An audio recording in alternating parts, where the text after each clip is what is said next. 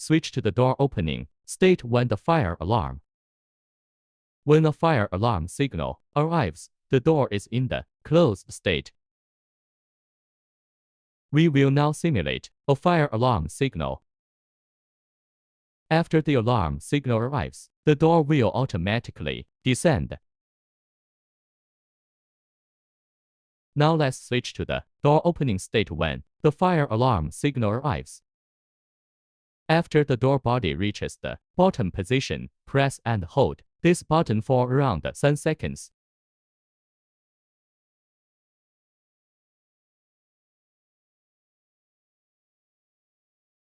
Upon hearing a beep, the switch is successful.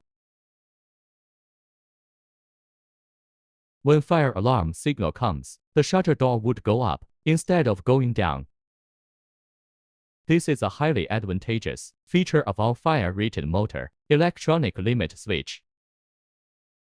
Fulfilling 90% of the functional requirements demanded by the market.